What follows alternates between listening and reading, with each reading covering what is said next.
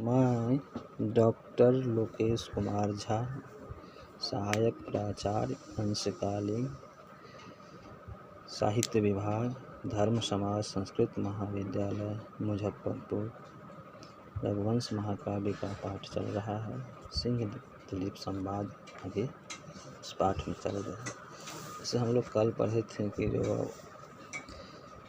राजा दिलीप कहते हैं कि उनके मन में बात आ रही है जैसे कि भगवान शिव के कभी मैं अवहेलना नहीं कर सकता, क्योंकि मैं उनका भक्त हूँ, मेरे लिए पूजनीय है और गौ की भी रक्षा करनी है, ये भी क्योंकि उसको भी छोड़ना नहीं है। तो कैसे रक्षा करेंगे आप, उसके लिए वो कह रहे हैं। सत्वं मदीयेन शरीरवृत्तिं देहेन निवर्तयितुं प्रसीद दीनावसानोत सुखबालवत्सा विसृज्यतां धनुरियं महर्षे।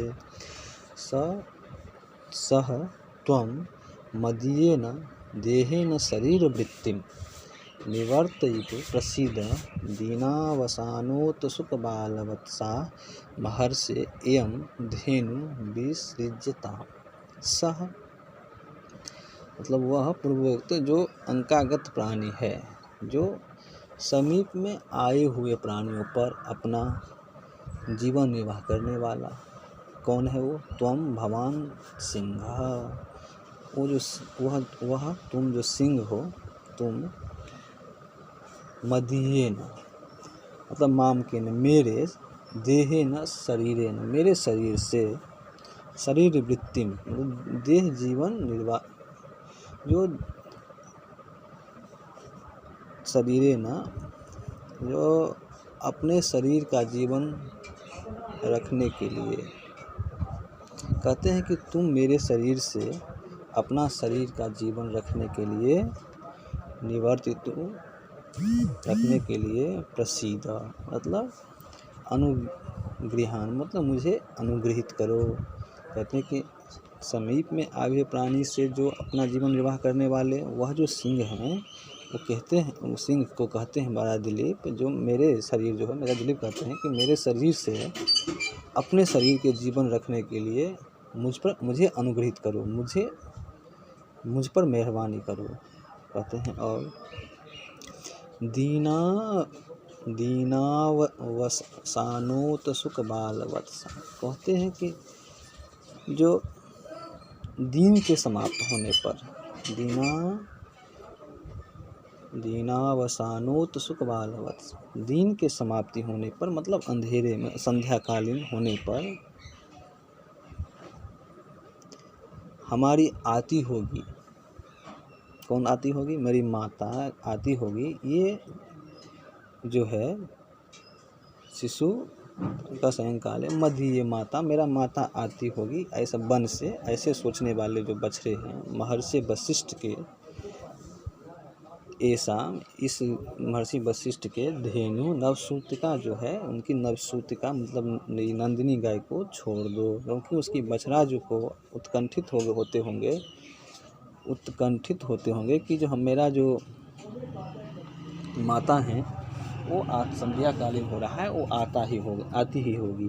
इसीलिए आप इस गाय को तो छोड़ दीजिए और मेरे शरीर से ही आप अपने जीवन का रक्षा कर लीजिए। इसके लिए मुझ पर कृतज्ञ जो है मेरा अनुग्रह कीजिए, मेरा मेहरबानी हम पर कीजिए। अथांधकारं गिरिगिरवरानं दंष्ट्रा मयूखे सकलानि कुर्वन् भूयः स भूतेश्वर पार्श्ववर्ती चिद्वहस्यार्थपति विभासे। अथः भूतेश्वरः पार्श्ववर्ती सः गिरिगह्वराणाम् अंधकारं द्रंष्टमयूखे सकलानि कुर्वन् किंचिद् विहस्य अर्थपति भूयः विभासे। अथ अनंतरम दिलीप के कह चुकने के बाद, जब महाराजा दिलीप कहते हैं कि आप हमारे शरीर से अपने शरीर की रक्षा कर लीजिए और ये गाय को नंदिनी को छोड़ दीजिए, क्योंकि उसकी बछड़ा इंतजार करता होगा जो हमारी माता आती होगी और संध्याकालीन हो रहा है। तो कहते हैं कि दिलीप के कह चुकने के बाद, दिलीप को कहने के बाद भूतेश्वर पार्श्ववृत्ति, मतलब भगवान शंकर के समीप पास रहने वाला कौन, सह, और कुंभोधर नामक जो सिंह हैं, रहने वाला वो सिंह गिरी गहवराना, मतलब गिरी मतलब पर्वत की गुफाओं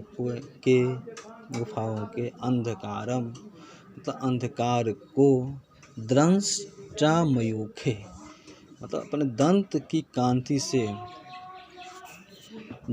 कांति से सकलानी खंडानी, टुकड़े टुकड़े